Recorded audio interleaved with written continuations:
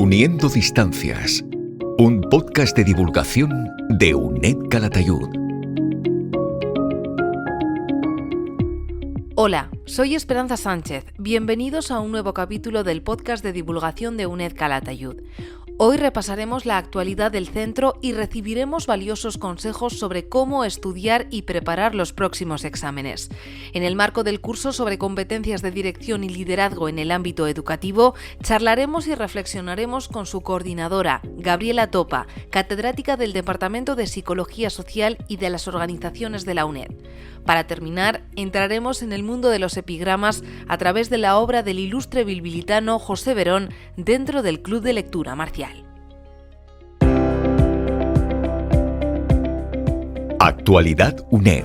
El libro Santa María de Calatayud, Investigación y Restauración ya está en las librerías. Se trata de una compilación de 600 páginas que recoge y pretende dar a conocer a la ciudadanía el trabajo y conocimiento acumulado durante los 11 años que ha durado la restauración de la colegiata. Esta publicación ha sido posible gracias a la colaboración del Ayuntamiento bilbilitano, la UNED de Calatayud, el Gobierno de Aragón y el Grupo Traza de Investigación en Desarrollo de Arte Medieval y Moderno de la Universidad de Zaragoza. Primer Congreso Aragonés de Tecnologías Emergentes. La UNED de Calatayud ha colaborado con el Colegio Profesional de Ingenieros Técnicos en Informática de Aragón en la organización de su evento anual, una cita de referencia para expertos y profesionales del sector que ha tenido lugar en el Parque Tecnológico de Hualca. Última semana para visitar la exposición Viena 2022. La colección de la artista Marisa Arroyo continúa disponible para el público hasta el próximo 15 de diciembre. Una obra multidisciplinar que combina el trabajo con materiales reciclados y la abstracción geométrica.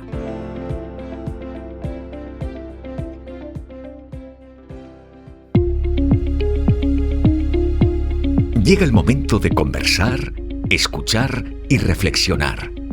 Esta semana, en Uniendo Distancias, competencias de dirección y liderazgo en el contexto educativo. Los centros educativos desempeñan un papel fundamental como espacio dedicado al aprendizaje y la enseñanza, a la transmisión y desarrollo del conocimiento.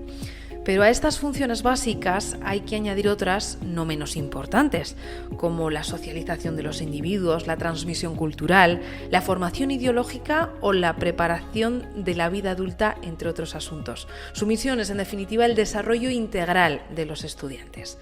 Dicho esto, ¿cómo es o debe ser un buen líder educativo? Para hablar de ello nos acompaña Gabriela Topa, que es catedrática del Departamento de Psicología Social y de las Organizaciones de la UNED. Gabriela, buenas tardes, ¿cómo estás? Buenas tardes, gracias. Me gustaría empezar a contextualizar para nuestros oyentes, porque hemos dicho que vamos a hablar de competencias de dirección y liderazgo. ¿En qué se diferencian un concepto y otro? Para establecer un poco las bases de lo que vamos a hablar. Bueno, la dirección supone la tarea de tomar decisiones, gestionar el día a día, orientar la actividad, ponerle límites. Cuando digo orientar es una manera eufemística de decir ponerle límites, marcarle inicios y finales a la actividad de los subordinados. Pero el liderazgo va mucho más allá, es mucho más que eso. No siempre el directivo es un líder.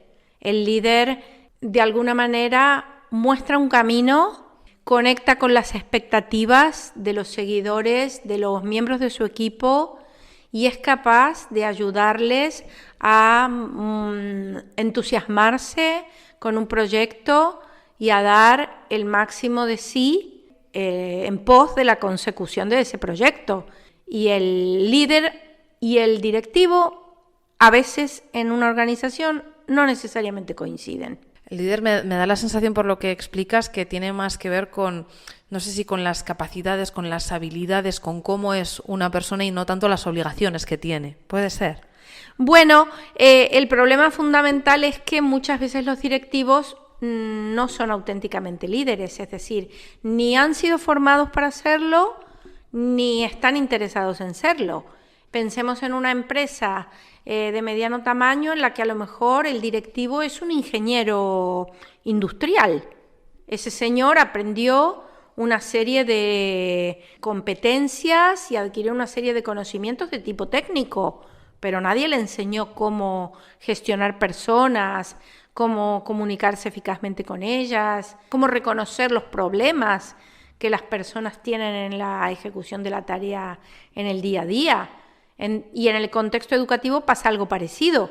Es decir, el profesor es profesor de unas determinadas disciplinas y de repente asume un conjunto de tareas dentro del equipo directivo, ya pueden ser las de dirección, las de jefatura de estudio, las de secretario, en función del tipo de organismo de que se trate, y esas funciones tienen, por una parte, unas tareas específicas a organizar, a ordenar, pero también un componente que debería ser el de poder aunar voluntades, para que los demás también se embarquen en un determinado proyecto, ¿no?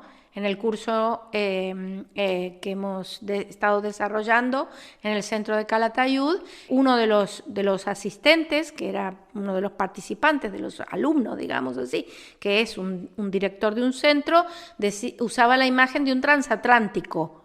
Él decía, es como si el equipo directivo fuésemos el capitán, el contramaestre, los que estamos llevando el transatlántico a lo largo de su recorrido para el logro de nuestros objetivos y también para el bienestar de los turistas o de los pasajeros que están en el barco. Son los que lo conducen. Claro, efectivamente. Gabriela, ¿un líder nace o se hace? ¡Uy!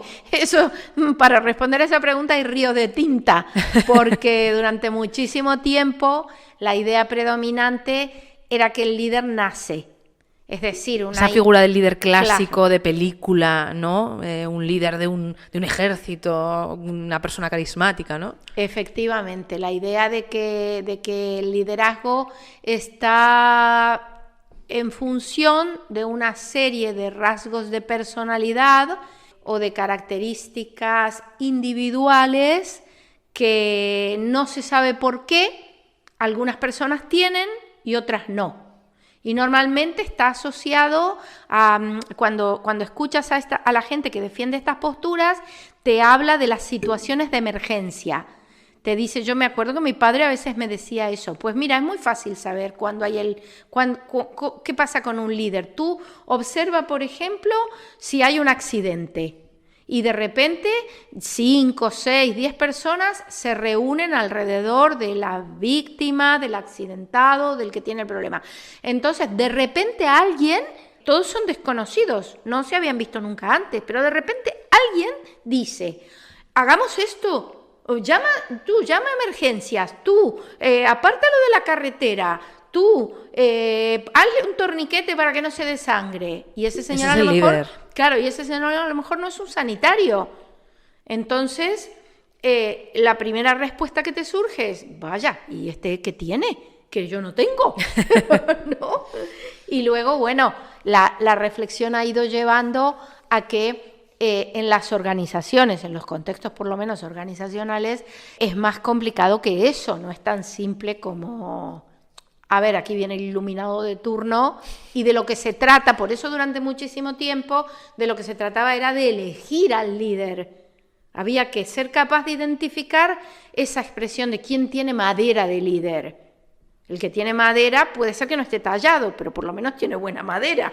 Es como un diamante en bruto, ¿no? Ya lo puliremos. Claro, ya lo puliremos, exactamente. Entonces, claro, conforme a estas teorías a las que te refieres, Gabriela, entiendo que ahora se aborda de otra manera esta cuestión que yo te hacía. Hay distintos tipos de líderes, no hay un líder estricto que nace y es así, sino que podemos hablar de distintos tipos. Claro, los modelos de liderazgo han ido evolucionando y al principio empezaron diciendo, bueno, pues no habría que poner el foco de la luz solamente en la persona del líder. A lo mejor hay que mirar qué tipo de relación entabla con sus subordinados. Y entonces hay autores que hablaron de dos opciones, ¿no? Como dos caras de la moneda. El liderazgo que llamaron transformacional por comparación con el que llamaron liderazgo transaccional. ¿Qué sería un líder transaccional? El que establece una especie de acuerdo que no necesariamente tiene que ser explícito, pero básicamente es yo te doy, tú me das. Entonces, si tú me das productividad, yo te voy a dar recompensa.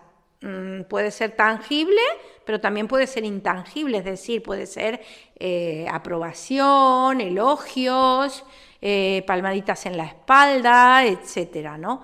Frente al líder transformacional, que sería el que es capaz de comunicarte una visión con V, ¿no? Un ideal hacia el cual queremos llevar este transatlántico en el que estamos, ¿no? ¿Cómo va a ser el puerto al que lleguemos? Un sitio maravilloso, donde hace buen clima y donde todos seremos felices. Y es capaz de motivar o hacer incluso que la gente se automotive. No hace falta estarla recompensando constantemente, porque si tiene la visión en la cabeza de a dónde quiere llegar, después la gente se mueve solita, ¿no? Y luego vinieron otros modelos que dijeron, bueno, sí, pero habría que tener presente que los líderes no lideran individuos solamente, sino que muchas veces lideran grupos y que además ellos mismos son miembros del grupo. Michael Hogg y todos los teóricos de la identidad social lo que venían a decir es la palabra más importante en el lenguaje de un líder, en el discurso de un líder, no es yo, es nosotros.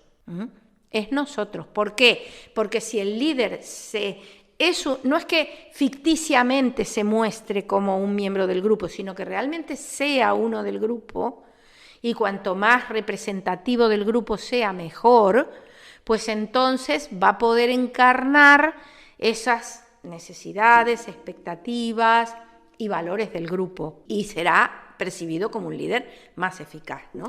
Entonces, Gabriela, dicho todo esto, no hay una receta mágica, no hay unas cualidades básicas indispensables para tener éxito, para que un líder tenga éxito ejerciendo este rol. Yo creo que no hay unas cualidades y además es que en las diferentes épocas, en función de cómo se van viendo,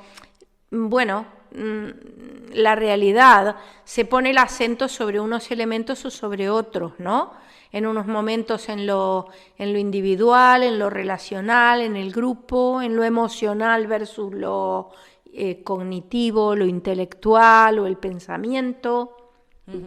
Y con toda esta base teórica que acabamos de poner sobre la mesa, ¿por qué es importante, si es que es importante, que los educadores desarrollen este tipo de competencias de liderazgo, ¿no?, frente a la tarea a la que se enfrentan y que hemos descrito al principio? Pues sobre todo por lo que al principio decíamos de que el director de un centro y su equipo ha recibido formación en una disciplina científica específica o para desempeñar una tarea como maestro, como profesor de audición y lenguaje, lo que fuere, ¿no? Y se va a enfrentar a una cantidad de desafíos que le van a llevar a tener que gestionar a un grupo de profesores como trabajadores, tener que relacionarse con los padres de los estudiantes, sobre todo en la mayor parte de las fases del sistema educativo hasta que sean adultos, y luego con los propios, si hablamos de la universidad, con los propios estudiantes adultos, con la comunidad a la cual ese centro educativo pertenezca y con las autoridades locales, si es que las hay, y tendrá que además relacionarse con la administración educativa, que será la que le dará recursos y le exigirá el cumplimiento de determinados objetivos de financiación, información, regulación de la actividad, etcétera, ¿no?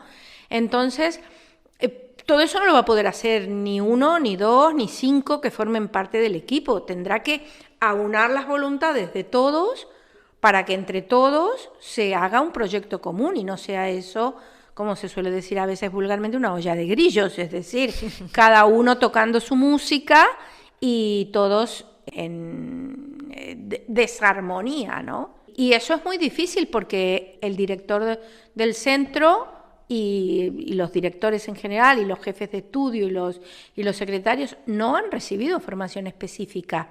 Hay muy poca formación.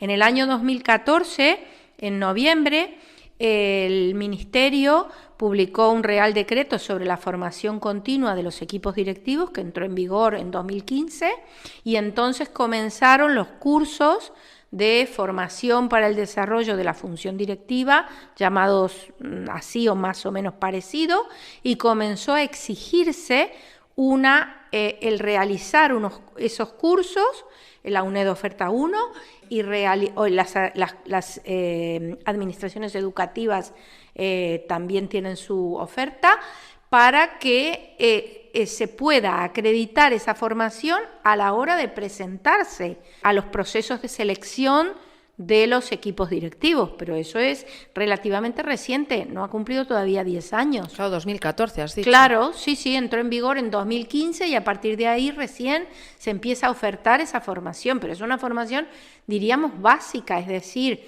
estamos hablando de una formación de 6 créditos, 125 horas, y luego la multiplicidad de problemas que tiene que enfrentar un director y un equipo directivo de un centro puede ser abrumadora. Claro, esa iba a ser mi siguiente pregunta. ¿Cuáles son los desafíos más comunes a los que se enfrentan los líderes educativos hoy en día? Bueno, depende en parte del tipo de centro, de la tipología del centro. Si hablamos de un colegio de educación infantil primaria, exacto. Sí, incluso un público, un concertado, un privado, exacto. Cada uno tendrá su casuística, hablo de la tipología, del lugar, etcétera, ¿no? Pero en general, si lo tuviéramos que agrupar, por una parte, los estudiantes tienen una gran cantidad de problemas, quizá los más importantes están relacionados con su ajuste emocional. Quizá deberíamos decir que el siguiente desafío importantísimo que debería afrontar esta sociedad es el de dar una respuesta eficiente a la salud mental de los ciudadanos, sobre todo a la de los niños y los adolescentes, porque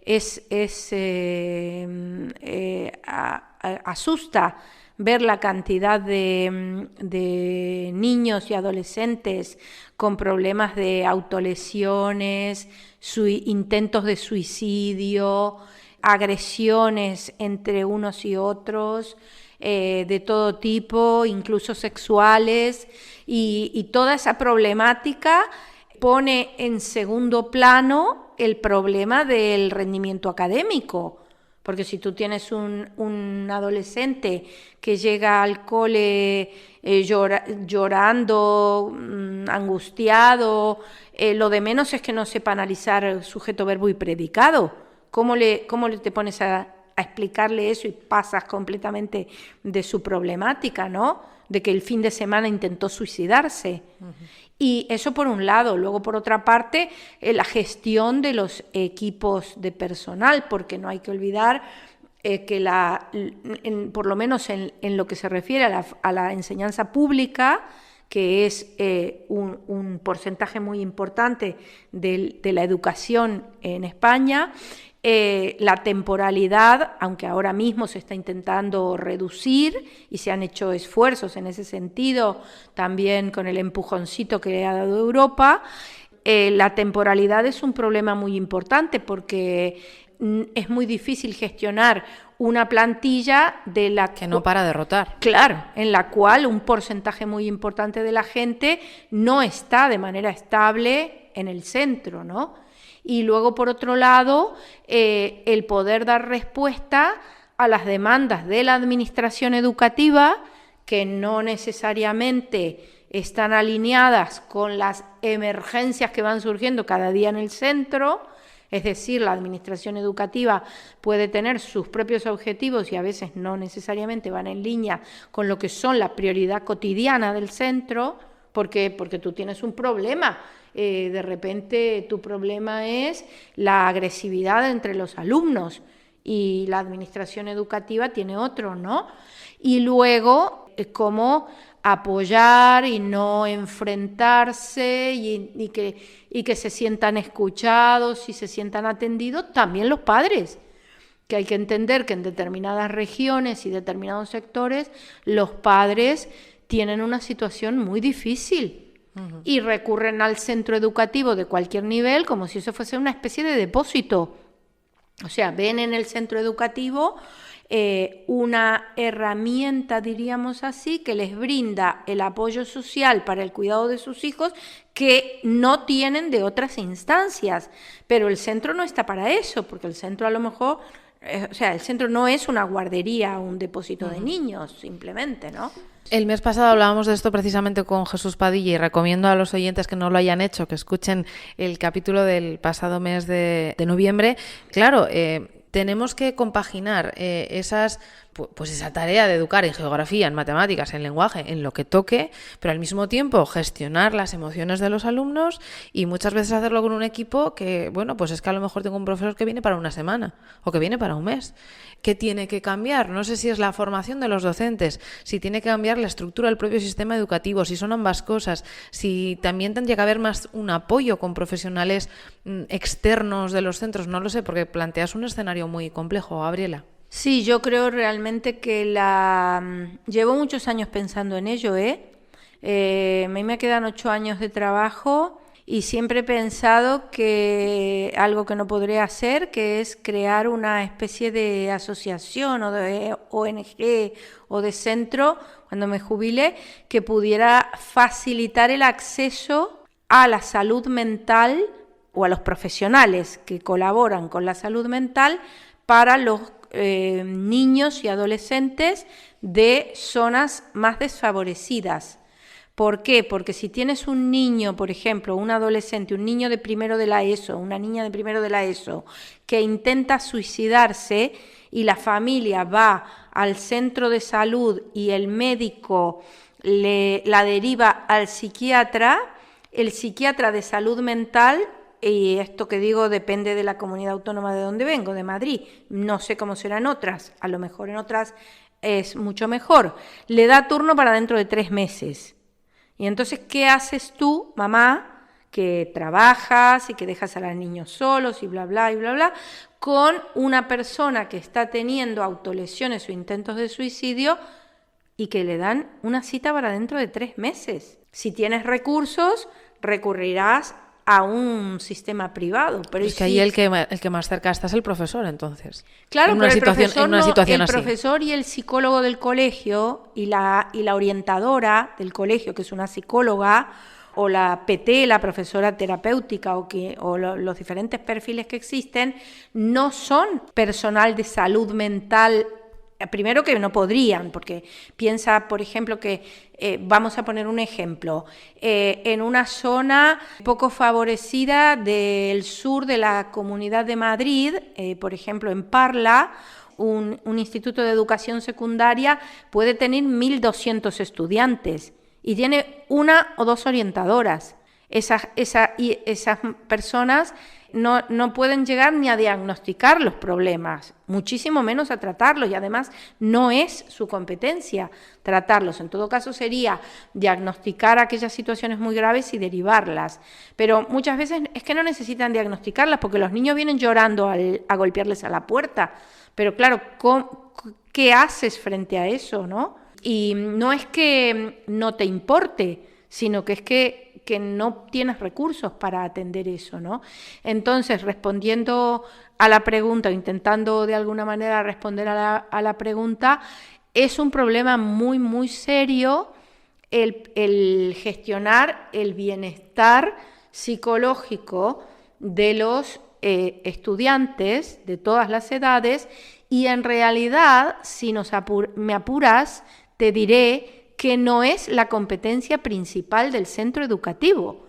Lo que pasa que es algo que interfiere gravemente con el logro de lo que sería la competencia principal del centro educativo, ¿no? Es como si tú me hubieras llamado aquí para hacer esta entrevista y yo me hubiera echado a llorar, porque estoy terriblemente triste por algún motivo. Y yo te digo, no llores porque yo vengo a hacerte preguntas, eso no funciona así. No funciona así, tú no hubieras podido hacerme la entrevista, pero tampoco podrías hacer terapia conmigo, claro, no tengo capacidad. porque no es lo tuyo, ¿no? Claro. esa es más o menos la situación. Pues es una situación compleja y que tiene mucho que ver con lo que hablábamos el mes pasado. Creo que otro tema que has comentado, Gabriela, en algún momento es el tema de la comunicación efectiva. Es importante y lo es en cualquier tipo de liderazgo. ¿Cómo puede un líder educativo mejorar la comunicación? ¿Qué pautas podríamos dar dentro de la institución y ya no solo con el personal, sino también con los estudiantes, con los padres? No sé qué líneas de trabajo se pueden marcar ahí. Bueno, es una pregunta compleja porque no hay que olvidarse que el directivo tiene que ser líder, pero también tiene que ser directivo. Entonces, dirigir a veces supone decirle a la gente cosas que a la gente no le gusta oír. Y sería deseable que el líder, el directivo, tuviese una formación para ser capaz de llevar adelante una comunicación asertiva que marque los límites cuando es necesario y cotidianamente, en la cotidianeidad es necesario marcar límites sin entrar en la agresividad. Sin ser demasiado autoritario. Claro, sin entrar en la agresividad y sin entrar en el autoritarismo, por algo que planteaban justamente el director del centro, Joaquín, cuando hizo la inauguración del curso de competencias para la dirección y el liderazgo, que era que los modelos de gestión de las organizaciones habían cambiado y se habían vuelto más flexibles, más horizontales, más volátiles las organizaciones en sí mismas también, ¿no? Y entonces el ordeno y mando ya no tenía lugar y ya no funcionaba, ¿no? También en el ámbito educativo. También en el ámbito educativo. Y otro elemento sumamente importante es que el líder tendrá que lidiar, que claro, no está muy bien empleado el verbo, ¿no? Porque suena a pelea, pero tendrá que hacer frente a una enorme diversidad en muchos sentidos, ¿no? Diversidad en el sentido de las características de las personas, del género, de la edad, el background con el que vienen, de sus creencias, sus valores, su formación previa, y eso le va a exigir tener una especie como de inteligencia cultural. Es decir, cuando digo cultural no quiero decir solo para hablar con los de otras lenguas, no. Quiero decir para ser capaz de poder sintonizar con las peculiaridades y diversidades de cada una de las personas, ¿no? Pero claro, esto es muy difícil en el día a día. Estoy pensando que cómo dista eso, un poco con lo que decíamos al inicio, el líder clásico, el líder de película, también el profesor, pues que durante muchas décadas pues hemos vivido aquí en España esa figura del profesor autoritario que marca las normas, que es muy estricto, también eso ha cambiado mucho. Sí, al hilo de esa idea, la definición del directivo es la del líder pedagógico, trasladando un poco esto, ¿no? De que tiene que tener un liderazgo, pero su liderazgo no tiene que ser un liderazgo de ordeno y mando, de rellena esto, entrégame la planificación para mañana, has elaborado esta lista, pues trae esta lista para dentro de una hora. No es esa la idea, ¿no? La idea es la de hay un proyecto común, un proyecto pedagógico que de alguna manera está firmado, pero no firmado porque lo haya parido él solamente, ¿no? Por el equipo que lo lleva adelante, y tendrá que ser capaz de implicar a los demás, que a su vez es de esperar que no sean docentes de ese modelo que tú señalabas, ¿no? Pero bueno, no quita que en la diversidad también pueda darse esa diferencia, ¿no? Encontrar profesores que estén más motivados, más ayornados también con las metodologías y las necesidades y las demandas sociales, y gente que esté más quemada, que esté deprimida, lo que debería hacer a lo mejor es pedirse una baja laboral, irse a casa hasta que se recupere, o ir al psicólogo hasta que se recupere, ¿no? Porque piensa tú que gestionar las demandas y necesidades de desarrollo integral de unos jóvenes o de unos niños que se están formando, si tienes un importante porcentaje del personal que también tiene sus propias dificultades, pues eso se puede hacer muy cuesta arriba. Pues con este complejísimo panorama, yo quiero terminar, Gabriela, pidiéndote un consejo al docente que nos está escuchando, al directivo, al jefe de estudios o jefa de estudios que acaba de tomar el puesto este año y que ahora nos escucha. ¿Qué consejo le damos para desarrollar habilidades de liderazgo en su carrera o al menos en este curso que viene? Bueno, yo creo que la única respuesta a esa pregunta es siempre la formación, ¿no? Cada uno será más consciente de si necesita formación de tipo técnico, en el sentido de, aprender a rellenar los cientos de impresos, formularios, papeles, que supone una gran sobrecarga. Y por otro lado, otros comprenderán que su hándicap o su falta, sus falencias están en la comunicación, en la gestión de las emociones, en cómo comunicarse, como decías anteriormente tú, ¿no? Cómo lograr una comunicación eficaz con sus seguidores o con sus compañeros, o cómo desarrollar la tolerancia hacia el que es distinto. Hoy en Pero día, que forma parte de tu equipo igual. Sí, o de tu alumnado. Exacto. Porque tú no puedes elegir a dedo si quieres, o todos querríamos tener grupos de alumnos felices, aplicadísimos, ricos, inteligentes, aplicados, con familias que les apoyan y sin ningún tipo de problemas, y además viviendo en barrios y en entornos seguros, donde no haya bandas, donde no haya, es otro problema importante, ¿no? Como los chavales, cuando se encuentran desprotegidos y están en un entorno adverso, empiezan a creer que la banda es el entorno que les va a proteger, ¿no? Y se derivan hacia ahí. Entonces, bueno, cada uno... Encuentran otros líderes fuera. Claro, exactamente. Cada uno sabrá identificar más o menos, mirando hacia sí mismo, cuáles son sus falencias, y en definitiva buscar formación es lo único que te permite, primero, darte cuenta de que no eres tú el único al que le pasan esas cosas, porque te sientas a escuchar a otros y dices, vaya, pues mira, no soy yo, no es que yo sea tan torpe o tan ineficaz, ¿no? Veo que es un problema.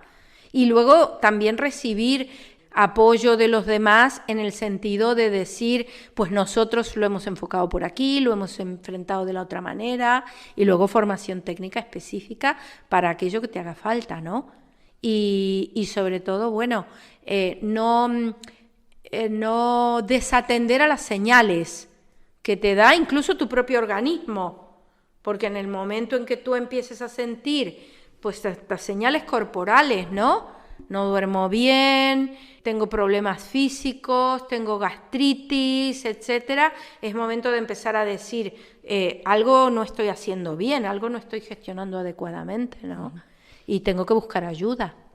Entonces yo me quedo con que el líder a lo mejor nace, pero que también se hace o se forma. Sí, sobre todo con el apoyo y la formación y el trabajo sobre uno mismo, es como puedes ir siendo cada día, pues no sé si un poquito mejor, pero cuando menos un poquito menos malo. Gabriela Topa, catedrática del Departamento de Psicología Social y de las Organizaciones de la UNED. Muchísimas gracias por haber estado con nosotros. Muchísimas gracias a vosotros, como siempre, por haberme recibido en Calatayud y hacerme sentir que esta es mi segunda casa. Toma nota. Consejos y recomendaciones para estudiar en la UNED. Soy Laura Ormaz, coordinadora académica de UNED Calatayud, y os voy a dar 5 consejos previos a los exámenes. Primero, planificación semanal del estudio, complementando con la participación en las tutorías, donde trabajaremos esa parte práctica de cada asignatura. Si, por ejemplo, rendimos más por la mañana, pondremos más horas de estudio en esa franja horaria. Cada uno tenemos un ritmo vital donde rendimos más. Si estáis trabajando, pues tendréis que acompasar vuestro ritmo de estudio al tiempo que disponéis, pero intentar sacar esas horas de máximo rendimiento donde vais a poder estudiar un poquito más cada materia. 2. Ajustar nuestras técnicas de estudio al tipo de examen al que nos vamos a enfrentar. No es lo mismo estudiar una asignatura de estadística, donde haremos ejercicios prácticos, estudiaremos conceptos y utilizaremos esquemas, que estudiar historia, donde tenemos que desarrollar preguntas más largas, pues utilizaremos unos esquemas, resúmenes mucho más largos donde podemos plantear cada pregunta de una manera más precisa. O estudiar pues una asignatura como Psicología de la Emoción, donde pues luego tenemos un examen tipo test y tenemos que ir más al detalle y familiarizarnos pues con los conceptos de la materia. El tercer punto es hacer mapas mentales, esquemas. Nos ayudarán a clarificar y destacar los puntos más importantes. También familiarizarnos con los conceptos propios del área de estudio. Para ello consultaremos el glosario de términos que tenemos en el curso virtual de la asignatura. 4. Consultar el depósito de exámenes disponible en nuestra web UNED Calatayud. El objetivo es contrastar si estamos estudiando bien y prepararnos al estilo o tipo de examen al que nos vamos a enfrentar. Si es un examen tipo test, el estilo de redacción de las preguntas pues serán fieles al libro de texto. Si es mixto o de desarrollo, trabajaremos las respuestas a modo de entrenamiento. Y por último, revisar el calendario de exámenes para planificar con antelación en qué semana nos vamos a examinar para cada asignatura, si lo haremos en la primera semana o en la segunda. Así optimizaremos el rendimiento repartiendo los exámenes entre las 2 semanas. Recordad que contáis con 2 fechas para cada asignatura y podéis elegir en cuál de ellas os queréis examinar. Solo podéis presentaros a un examen por asignatura. Estos son algunos consejos previos que os ayudarán a preparar vuestros exámenes.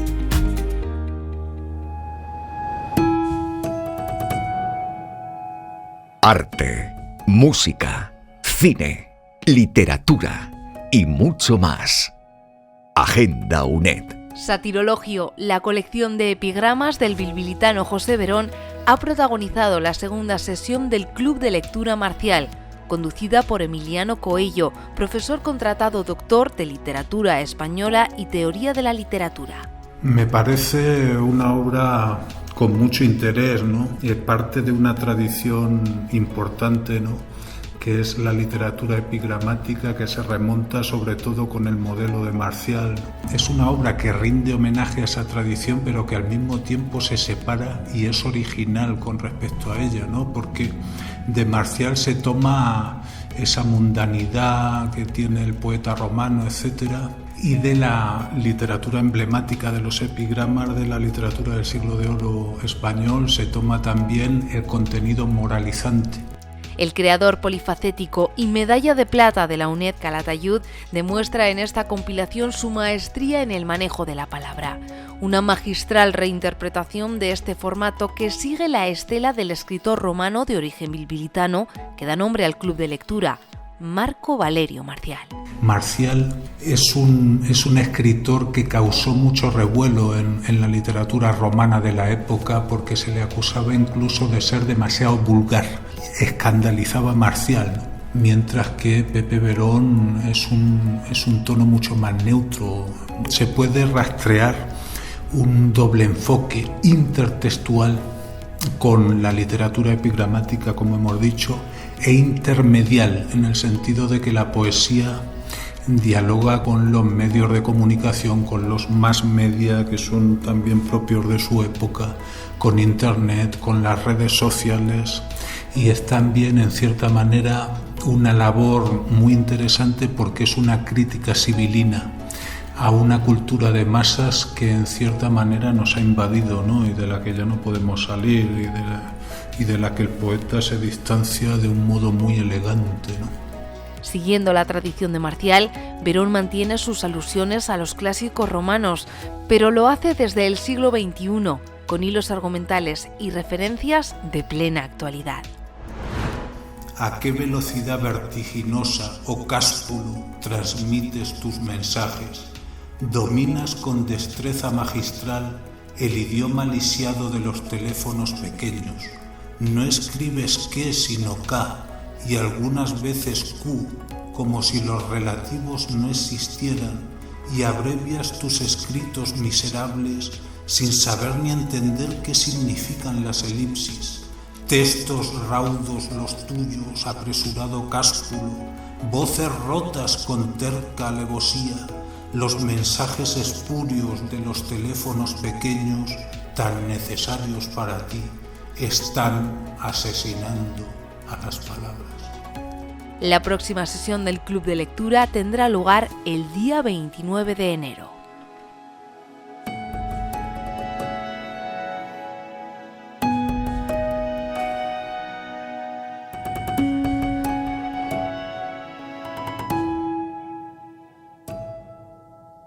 Uniendo Distancias, un podcast de divulgación de UNED Calatayud.